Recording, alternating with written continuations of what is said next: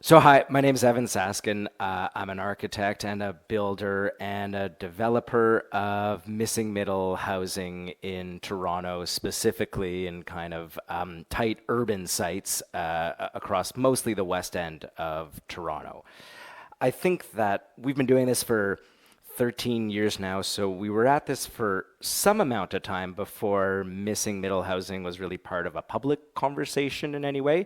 And there's something heartening about seeing the bylaws generally catching up and just more of a public appetite for this kind of thing. Because our first like three, four, five projects really had to go through fairly protracted municipal and provincial appeal processes to get going, and that's really shifted. I'm not going to say they're easier or more expedient today, but everyone who says no pats you on the back and says nice work along the way. So that's a positive improvement on the approval side.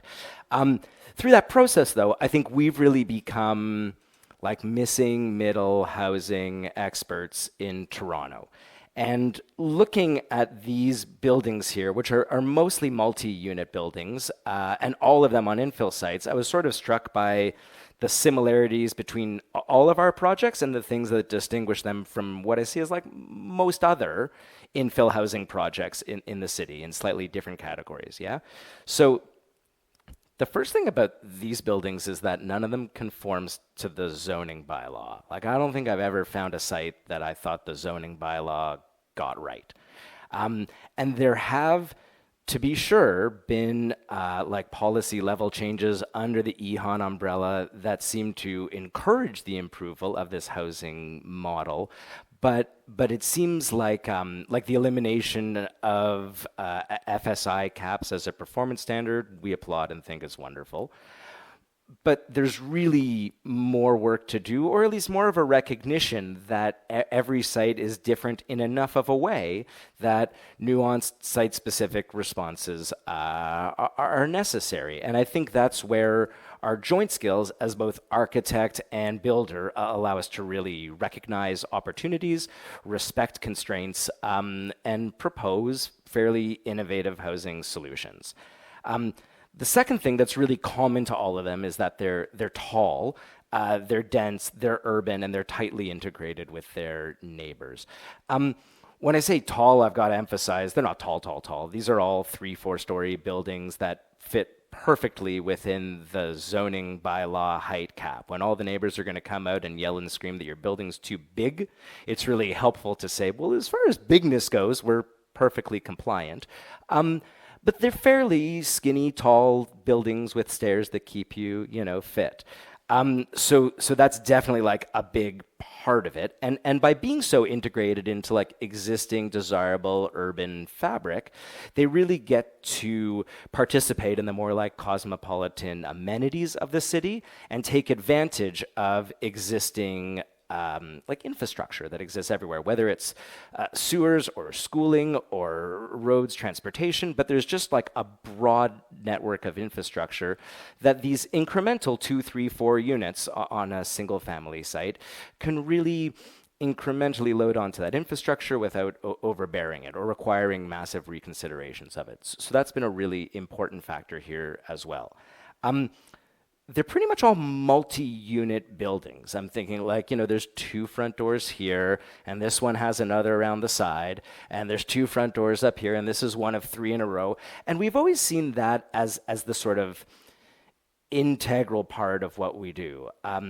I come from an architectural background of working on like much larger mass housing projects, and before that of incredibly high-end single-family housing, and so there's a desire here to kind of find a midpoint between those 2 extremes, in recognizing that additional front doors bring all kinds of interesting amenity to the city and to the people who will live in these buildings, while still holding on to the value of really high quality construction practices and really like ambitious design forward thinking around these are just the exteriors, but like the interiors and the living spaces in them as well.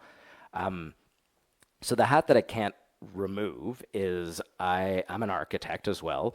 And I think that there's some like specifically architectural skills that are involved in the evolution of our business into this model.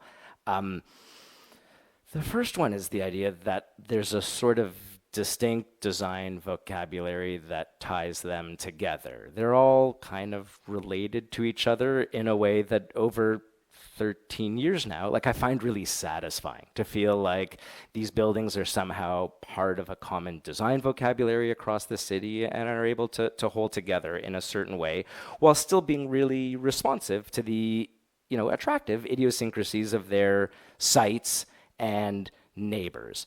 And to that end, there's like no repetition between them. Every building is a one-off. Every unit is a one-off. So when we're talking about 2, 3, 4 unit buildings, every one of those units will be configured in some way that's really distinct from the other ones. And this scale specifically really enables that kind of innovation, and I think really helps on the absorption side to say you're purchasing a home that's really crafted as a one-off, and that's really sort of served us well.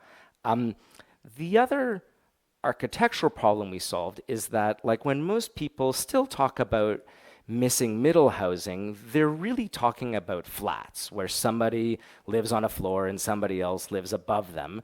And we find that although there are efficiencies in drawing and building buildings that way, from a livability point of view, specifically in Toronto, people really expect at a price point for their units to feel house-like. And so in a lot of ways, buildings like this are kind of a hybrid townhouse that found a backdoor to approval through the word partially in the zoning bylaw. Because this is a duplex because these units are partially above and below each other. But what that really means is in the front half of the building, the third, second, ground, and basement floor are all accessed through this door. And then the back half of the building is accessed through this door. And this little hallway, this like 40 square foot hallway right here, is above and below the basement and the second floor of this unit right here. And that little moment has allowed us to conform to the zoning bylaw constraints of building duplexes, triplexes, fourplexes where they're allowed, but also creating units that feel like houses, that have access to the street, that have backyards, that have parking, that are really of a type with the existing fabric in their neighborhood. And so the last piece of the puzzle is that they're all condos. And I know that when we talk about condos, there's a mental picture of a building typology, but we look at that word in the kind of narrower definition of like a kind of legal apparatus for setting up real estate assets for both private and collective ownership. And by thinking about it that way, we've been able to find a method here for in this case, 2 homeowners to own some elements of this building and site together, but really to have individual ownership over their entire unit. And over time, there's been a real evolution in how we think about construction logistics and separation between the units so that the common elements become like the walkway. But then everything, like the windows, the roof, the structure is either like mine or yours. And when it comes time to maintain and take care of those things, they're really functionally much more like semi-detached houses. So those sort of sequence of steps has really given us a pathway to prioritize our own architectural values, remain true to a really like high level of construction quality that you don't see in spec housing, and keep working at this scale in dense urban neighborhoods that we love for all the sort of cultural reasons, and craft like a small ongoing business that continues to pump out a couple of these boutique condo infill projects every year.